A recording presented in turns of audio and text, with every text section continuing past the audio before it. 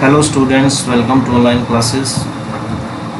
Today we will start our third poem, Keeping Quiet, written by Pablo Neruda. First of all, we will read about the poet.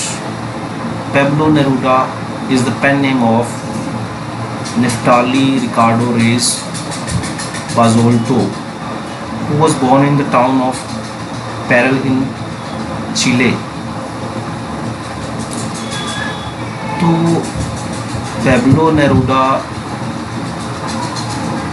Naftali Ricardo race बाजोल्टो का उपनाम है, पेनेमिक उपनाम। तो उनका जन्म कब हुआ था? 1904 में, और डेथ कब हुई थी? 1973 में। और जन्म हुआ कहाँ था? टाउन ऑफ पेरल इन चिले। पेरल इन चिले के अंदर उनका जन्म हुआ था। नेरूडा's poems are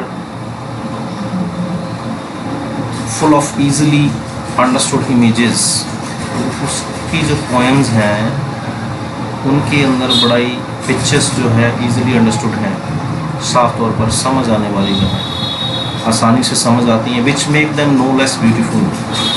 तो वो जो पिक्चर है उन्हें बहुत ही ज़्यादा सुंदर बनाती है। नो लेस ब्यूटीफुल का मतलब है कि सुंदरता कम नहीं है उनके अंदर।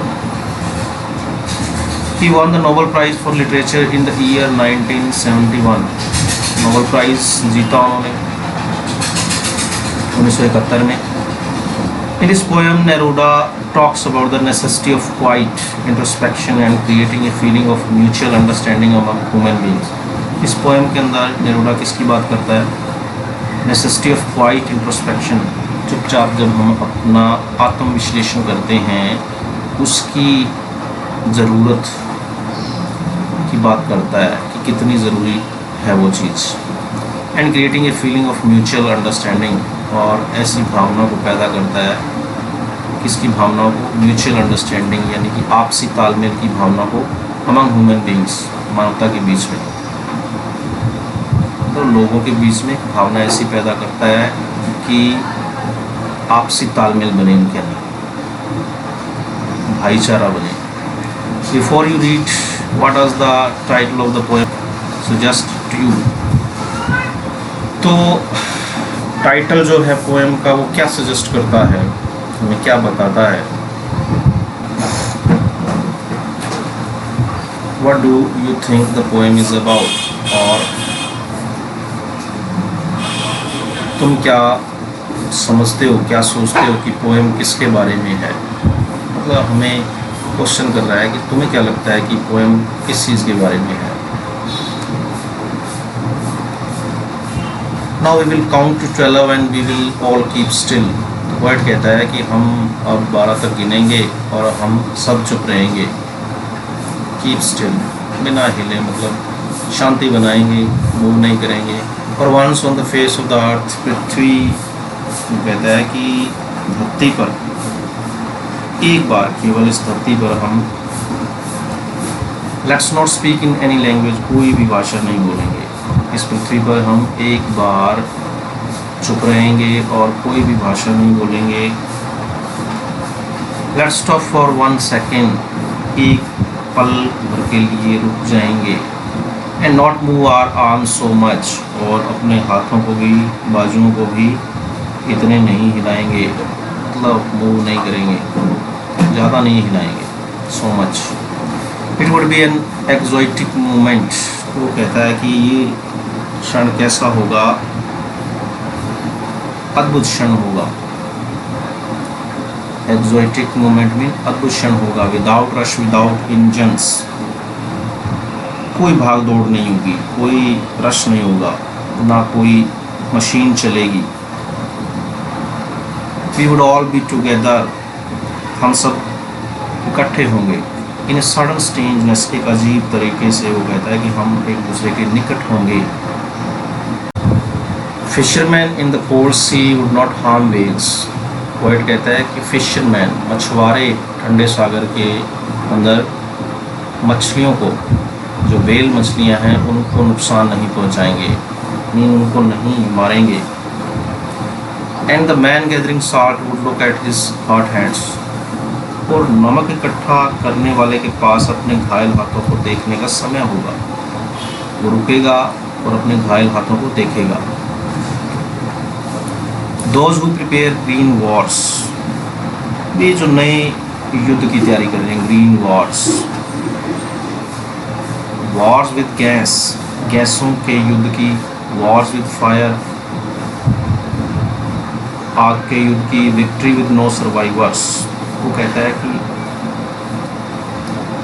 सबका अंत करने वाली जो विजय की बात हो रही है, सबका अंत करने वाली विजय की,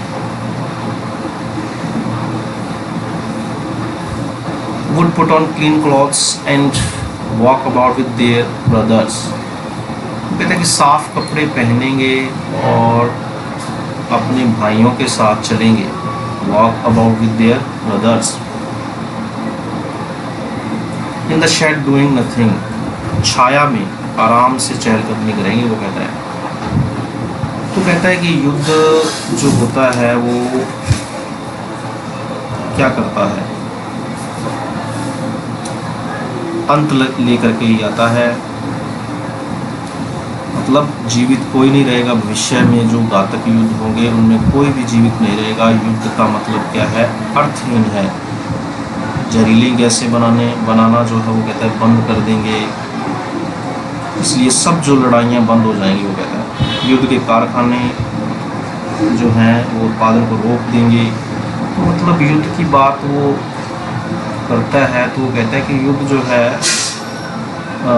अर्थहीन है, युद्ध का कोई महत्व नहीं है। वो कहता है कि युद्ध की बजाय लोग क्या करें, साफ कपड़े पहने और अपने भाइयों के साथ छाया में चहलकदमी करें और कुछ ना करें, डूइंग नथिंग, सिर्फ इतना ही करें। तो वो विरोध करता है युद्ध का। Green wars, wars with gas, wars with fire, victory with no survivors, ये सारी चीज़ें हैं। तो ये जो पोएम है ये हमें क्या सजेस्ट करती है, क्या बताती है?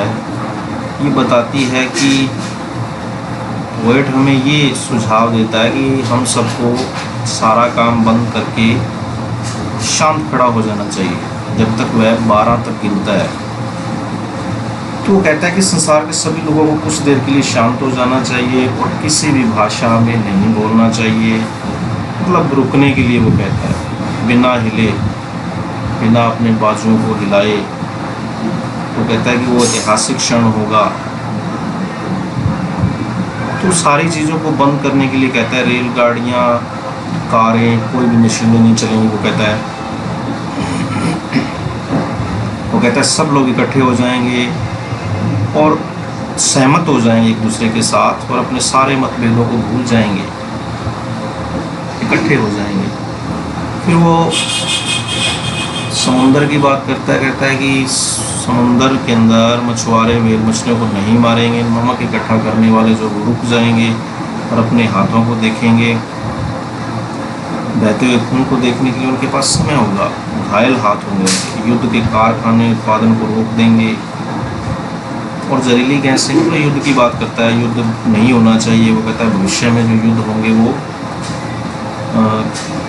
जो है तबाही लेके आएंगे, कोई भी जीवित नहीं रहेगा। वो युद्ध की बजाय लोगों को एक एडवाइस करता है कि लोग इकट्ठे हो जाएं और अच्छे कपड़े पहन करके छाया के नीचे चहलकदमी करें। Okay students, the rest we will read tomorrow. Thanks and have a good day.